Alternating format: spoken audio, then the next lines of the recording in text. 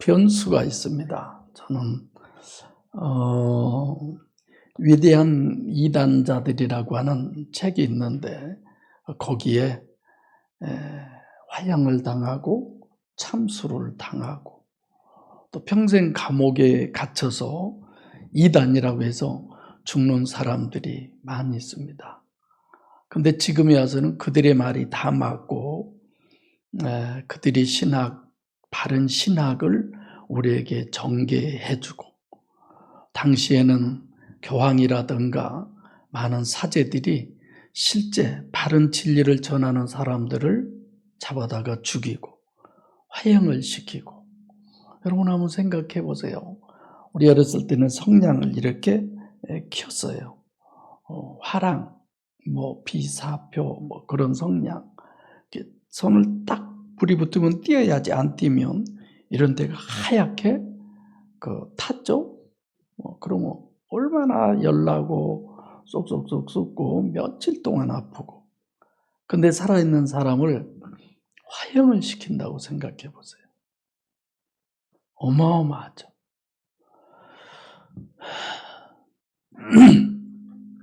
제가 순례 마지막 날 저녁에 제 방에 모여서 코이노니아를 했습니다. 저희 식구들끼리 순례 기간 동안 느낀 점.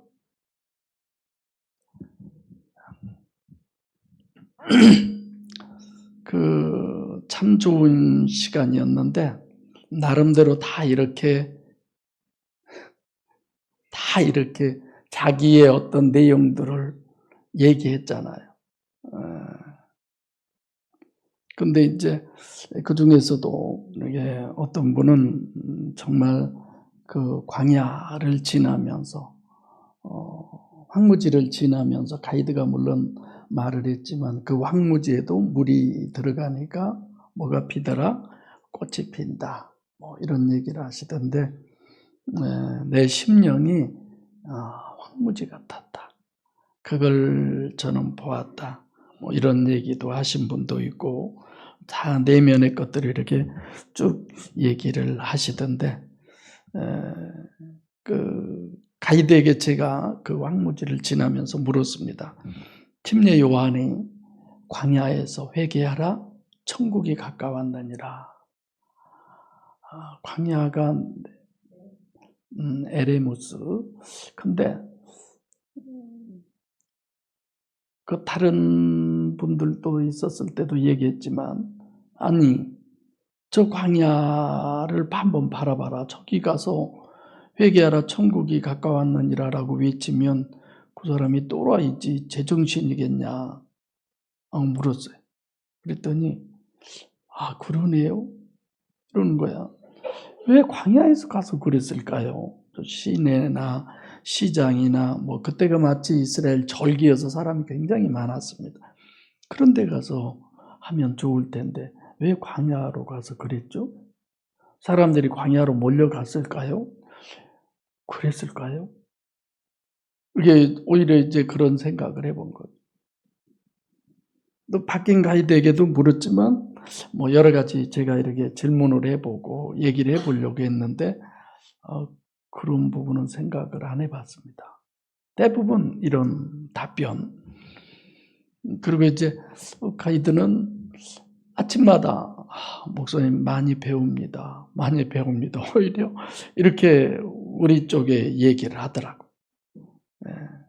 자기가 가지고 있는 성경관이나 성경이나 지금 신학생이고 내년이면 이스라엘에 와서 신학을 하려고 또 생각하고 있던 그런 분들인데, 그래서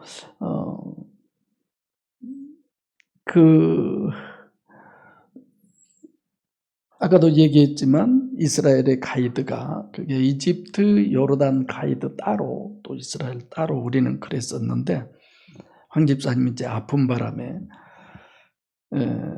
참우리 교인들처럼 이 팀처럼 성경에 관심이 많고 성경 정립을 한 이런 팀은 처음이다. 가이드가 그런 말씀을 하시더라고요. 굉장히 기쁘기도 했고 또 한편으로는 이렇게 가이드 하는 데 있어서의 좀 내가 잘못하면 어쩌지? 틀리게 하면 어쩌지? 이런 생각까지도 하게 된 그런 부분들인데, 우리가 이티오피아를 맨 처음에 에티오피아 거기를 갔는데 내려서 오전 한 10시나 내려서 거기에서 또 가이드가 이제 저희를 인도했는데, 에티오피아에서 우리나라 참전용사 기념비가 있더라고. 어마어마하게 많은 사람들을 보냈더만요, 그 나라에서. 그래서 거기를 갔는데 이제 참전에서 전쟁에서 죽으신 분들의 위령탑 있고, 그들의 사진 있고, 언제 죽었고, 어떤 전투에서 죽었고, 전부 기록이 돼 있더라고. 참 이런 분들 때문에 우리나라가 공산주의가 되지 아니하고 이렇게 자유민주주의가 돼서 우리에게 이렇게 신앙생활의 자유를 갖게 됐구나. 참 감사했어요.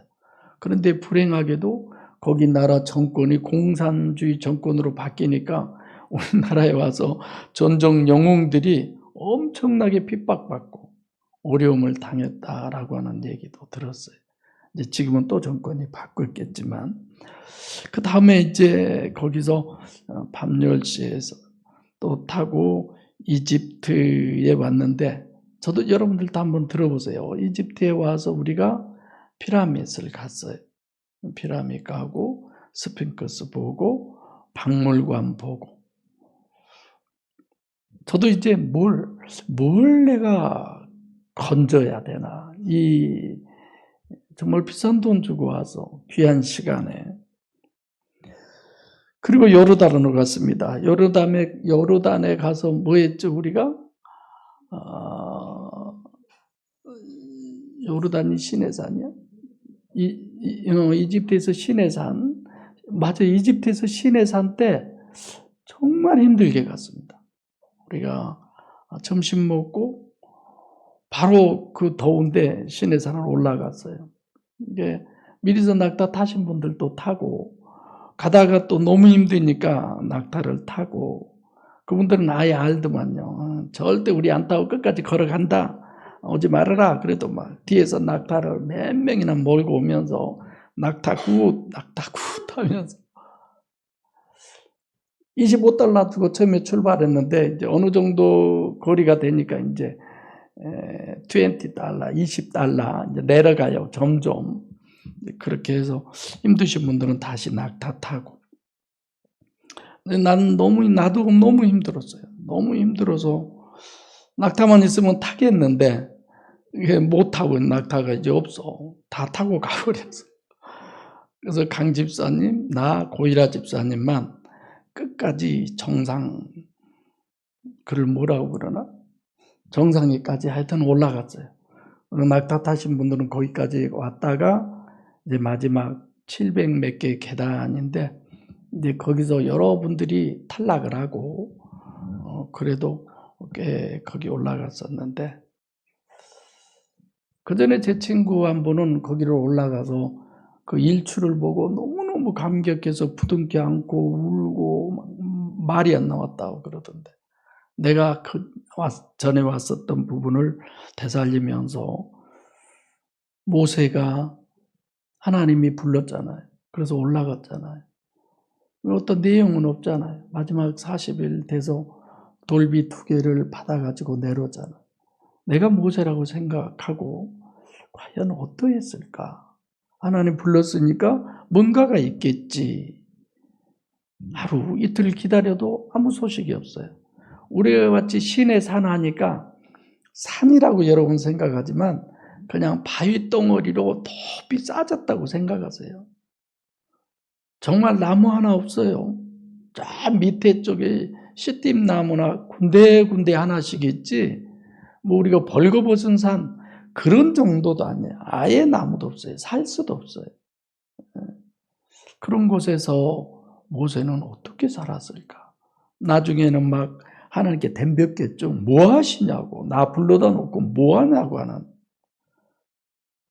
오만 생각을 다 했겠죠. 그리고 이제 시내산에서 내려와서 그 부분도 그렇고, 요르단에 가서도 모세의 무슨 교회였죠? 모세를 기념하는 모세 무덤이 어디 있는지는 모르잖아요. 모세의 무덤 교회. 페트라 가서도 뭘 봤어요, 우리? 계속 뭘 봤어요? 무덤. 네. 바위대 파가지고 그런 데 무덤. 이스라엘에 와서도 전부 교회 무슨 교회 다녔지만 다 뭐나 마찬가지예요. 무덤. 다 죽은 사람 얘기. 어쩌면 처음부터 끝까지 죽은 사람들의 얘기예요. 이제 예수님 승천했던 교회에 있었는데, 승천하니까 그 교회는 원래 천장이 없어야 돼요. 근데 없었는데 누군가가 이제 다 지어서 천장까지 있어버리는데, 그게 천장 있으면 승천도 못 한다는 의미죠. 거기에 발자국이 있더라고요. 말도 안 되는 소리죠.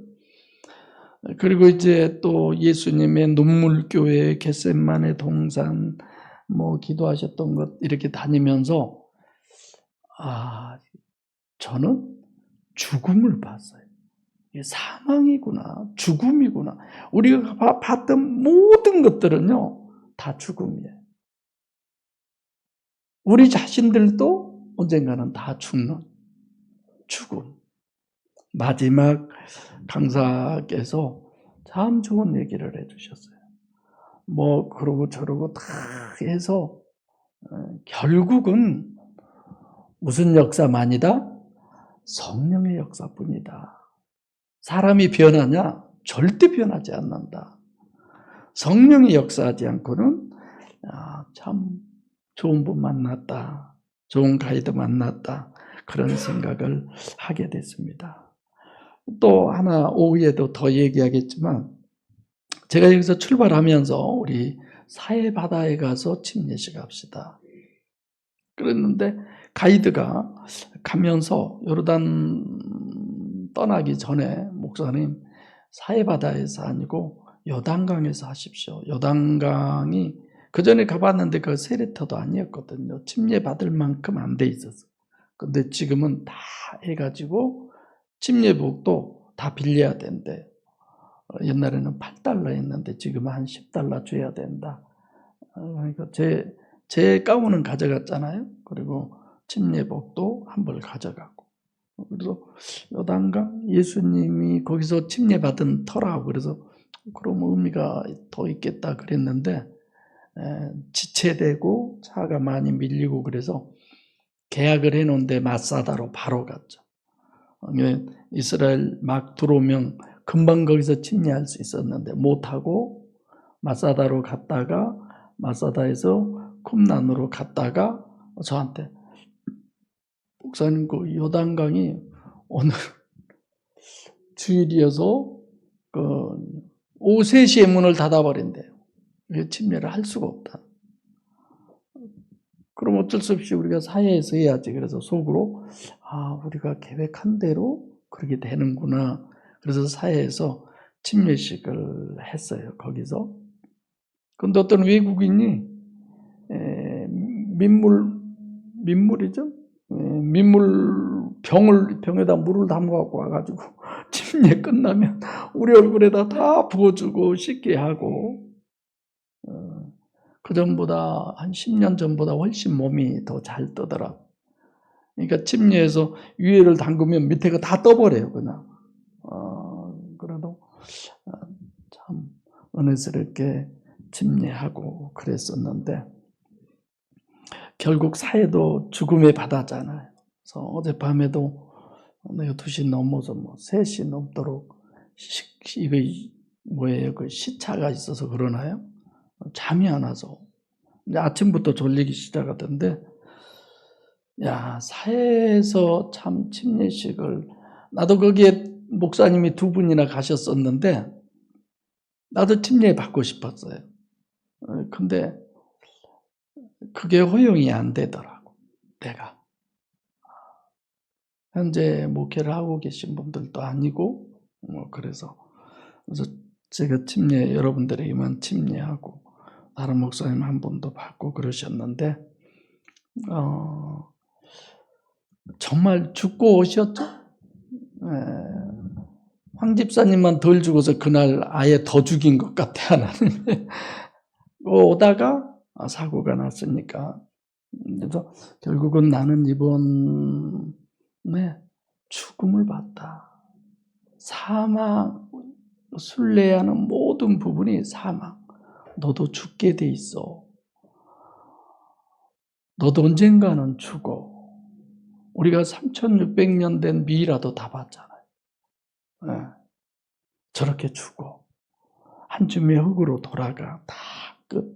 그럼 뭘 해야 돼? 결국은 내 육체가 살아있을 때 성령 하나님 소유하는 이 교회에는 없구나. 할렐루야. 예, 저는 그거 하나. 그리고 우리가 코인원이 하면서 여러분들이 하는 내용들에게 통해서 저는 참 많은 은혜가 됐고, 우리 식구들의 수준이 이런 정도구나 해서 제가 오히려 감동을 받았습니다마는, 복음은 뭐라고 하느냐? 오직 성령이다. 그래서 우리의 성경관으로, 우리의 신앙관으로, 우리의 신학관으로 더욱 정립하게 됐던 그런 시간입니다. 근데 제가 설교 이렇게 끝내면 안 되겠죠? 네. 이스라엘에 와서 그 사람의 동상이 있는데 그 동상 발 앞에 해골이 있었어요. 그 사람 이름이 누군 줄 아세요? 네. 히에로니무스라고 하는 그 프랑스어 변형인으로 이제 제롬이라고 하는 신학자인데, 이 제롬이라고 하는 사람이 얀 후스의 영향을 받았더라고요. 그래서 얀 후스라고 하는 이 사람도 이제 어제 인터넷에서 제가 이것저것 다 찾아보면서 봤는데, 이 제롬, 나는 거기서 듣기에 제롬이 그런 줄 알았더니 제롬 이전의 사람들, 이게 다 천주교 사제들이에요. 그러니까 지금 교회들 다 가보면 교회가 무슨 교회예요? 우리 기독교가 아니에요. 전부 천주교예요. 천주교회. 네, 그런 부분을 우리가 둘러봤는데, 전부 다 종교 개혁을 지지한 사람들이죠. 교황의 말이야. 말이 권위가 있는 것이 아니라 하나님의 말씀이 권위가 있다.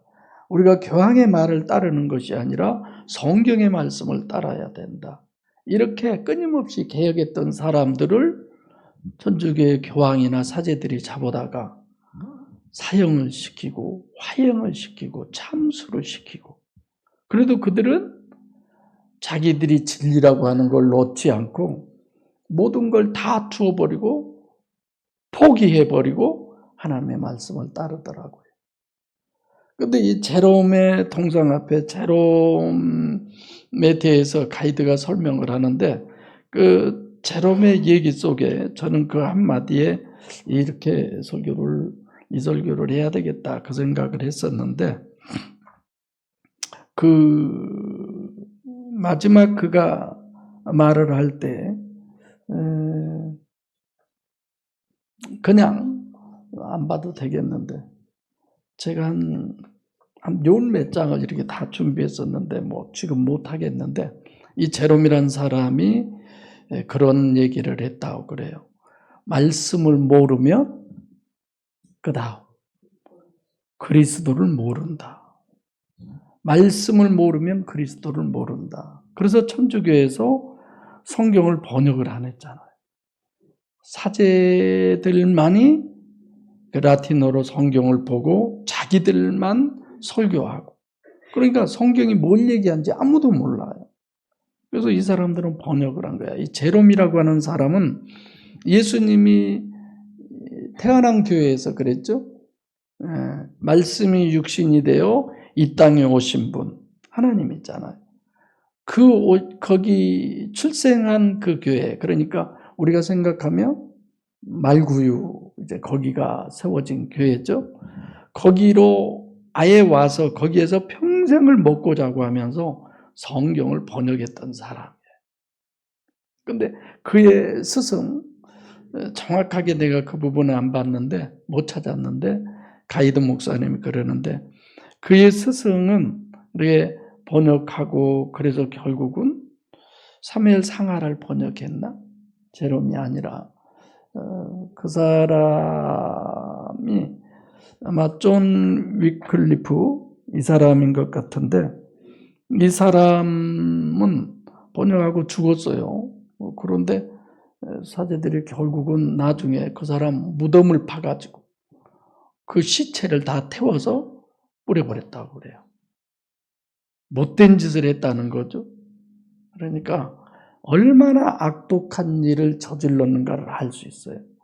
가짜가 진짜들을 다 죽인 거예요. 자기들의 기득권을 뺏기기 싫어서. 지금 누가 그래요? 지금 누가 기득권을 뺏기기 싫어서 예수님을 죽여요? 지금 요한복음 11장에 대제사장들이 그러잖아요. 그가 메시아인 줄 알아요. 물론 그들은 정치적 메시아로 생각했지만 기득권을 뺏기기 싫어서 기득권이라고 해봐야 자기들도 어차피 로마의 식민지 한 사람에 불과하지만 그나마 가지고 있는 그 기득권 놓기 싫어서 예수를 죽이잖아요. 이들이 그래왔어요. 이렇게 위대한 이단자들이라고 하는 이 내용을 제가 쭉 보면서 어쩌면 여러분들과 저도 어떤 사람들이에요? 개혁자. 개혁자가 아니라 어떤 사람이라고 그래요? 제가 혁명, 신앙이나 신학이나 성경에 대한 혁명자들이에요. 그래서 저는 늘 그런 걸 점검해 봐요. 그들은 수없이 많은 목회자들을 만났고 수없이 많은 성도들, 거기에도요 한국 사람들이 가는 데마다 와그라고 그래요.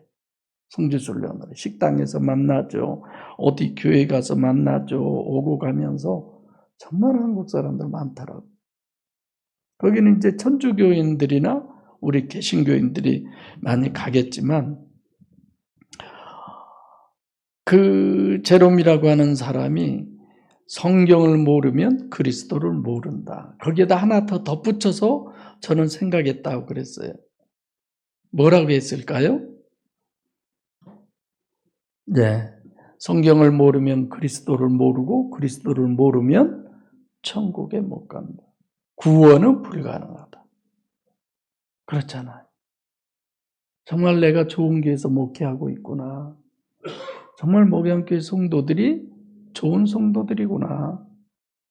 교회 가자고 사정하지 마세요. 어차피 본인들이 정말 천국이 목적이라고 한다면 오지 말하게도 와요.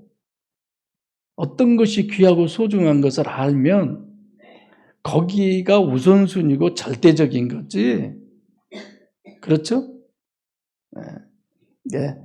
기도만 해요. 우리는 기도만.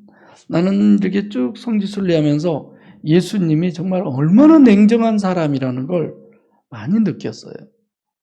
정말 냉정하신 분이에요. 여러분 생각해 보세요. 눈물교회에 가서 예루살렘을 바로 그 건너편 그쪽을 바라보면서 예수님이 그렇게 통곡하고 그러신 분이 누구 하나 잡고 너 하나님 믿어라 천국 가야 된다. 이렇게 확 애걸복걸하고 설득하게 하고 사정하고 이런 거 있었습니까? 없잖아요. 정확하게 심령이 가난한 자들에게 찾아가서 그들에게 복음을 전하고 그 영혼을 구원하고 이런 거잖아요. 교회 수가 많아지고 작아지고는 하나님이 하실 일이고 우리가 대부분 이스라엘 가이드 만날 때 딱 그분이 처음에 그런 말을 했어요. 뭔 말을 했어요? 그럴 수도 있지. 그럴 수도 있지. 그래요. 일반적으로는 다 그럴 수도 있어요. 그러나 정말 우리는 복음이 아니면 어떤 것도 우리는 안 해야 되고 복음이면 목숨도 버릴 수 있어야 돼요. 할렐루야. 전 이 말씀 여러분들에게 드리고 싶었습니다. 성지순례를 갔다 와서도 뭐 우리가 변합니까? 뭐 달라집니까? 뭐 보고 듣고 조금 다르겠지. 그러나 간 것만이 중요한 것이 아니라 못 갔어도 심령이 정말 하나님이 가장 우선순위가 되는 이것이 우리에게 있어야 될 줄로 압니다.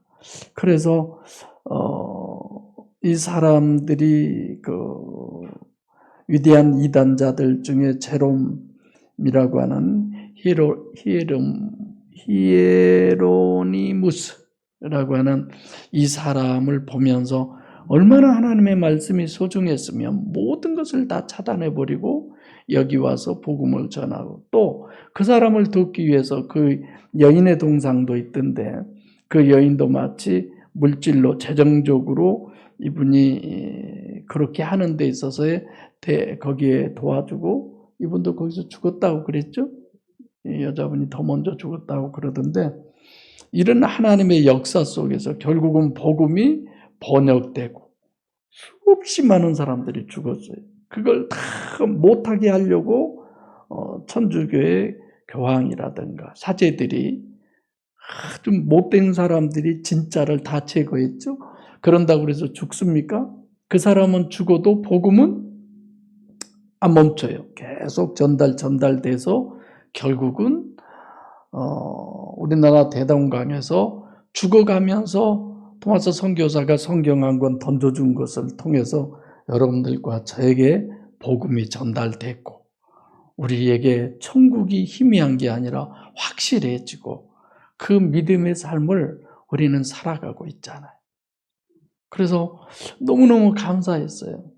이렇게 많은 차단이 돼 있고 이렇게 많이 막힐 수밖에 없는 상황 속에서도 죽음이 없이는 이게 불가능하구나.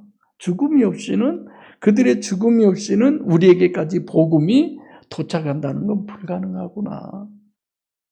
정말 내가 부인되지 않고 내 육체 우선이요 가시적 결과 기준인 자기 중심적인 이게 죽지 않으면 하나님이 내 안에 들어오실 수 없구나. 그 생각을 하게 된 거예요.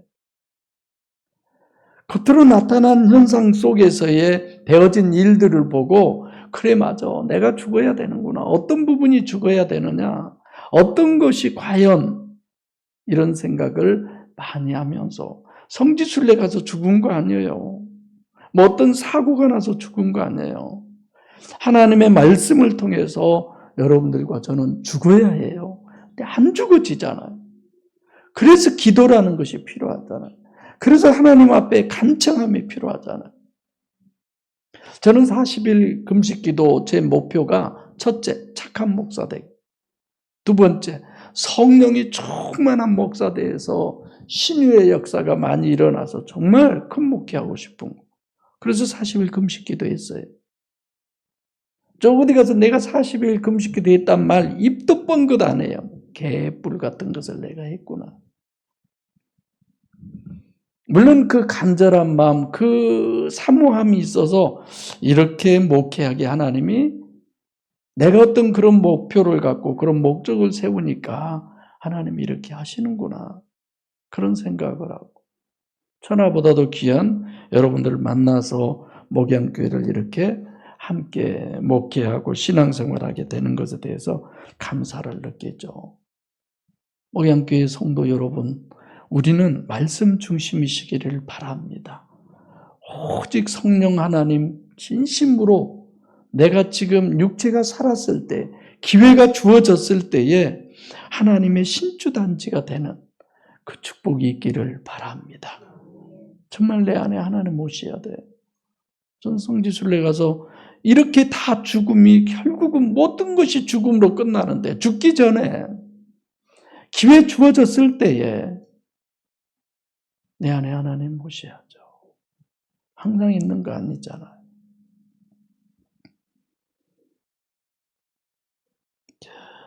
시답지 않게 생각할 수 있습니다. 겉으로 보기에 별거 아닌 것처럼 생각할 수 있습니다. 그러나 우리가 예수님 봤을 때도 그러잖아요. 대단한 것 같았지만 가이드 말대로 십자가에 못 박혀 죽여버리니까 아무 소리 못하고 죽어버렸잖아요. 그런 존재인 것 같지만 그 안에 누가 계세요? 하나님이 계셔요. 부활의 역사가 있었고 내가 가면 너희에게 무엇을 보내리니? 성령을 보내니. 성령을 받으라라고 우리에게 말씀하잖아요. 그래서 여러분들과 저에게는 오직 하나밖에 없습니다. 이 말씀이 여러분과 저에게 오기까지 그 모든 과정들을 통해서 우리는 결국 하나님이 여러분과 제 심령에 오기까지 숱한 과정이 많이 있을 거예요. 그런 모든 부분들을 통해서 하나님 모시고 하나님과 함께 평생을 살아나가는 우리들이 돼야 합니다. 그래서 우리에게는 기도가 필요해요. 하나님, 나 좀 죽여주세요. 하나님의 자녀됨에 부족함이 없도록. 그래서 우리에게 기도가 있어야, 우리에게 말씀이 있어야, 찬송도 역시 기도 속에 포함되어 있지만, 그리고 하나님은 누구를 찾으세요? 그런 심령을 찾으시니까 여러분들이 희망과 소망을 절대 놓지 마세요. 교회 수 적으면 어때요? 수 많은데 다 죽어있는 시체실, 영안실 같은데 다니면 무슨 소용이 있어요? 냉정해지세요. 그리고 정말 내가 복음을 전할 자에게 전할 것이고 본인들의 마음을 굳게 먹고 하나님의 역사 속에서 오늘 하루하루를 살아가는 여러분과 제가 돼야 합니다. 그래서 우선순위는 우리는 오직 말씀, 오직 성령. 할렐루야. 기도하겠습니다.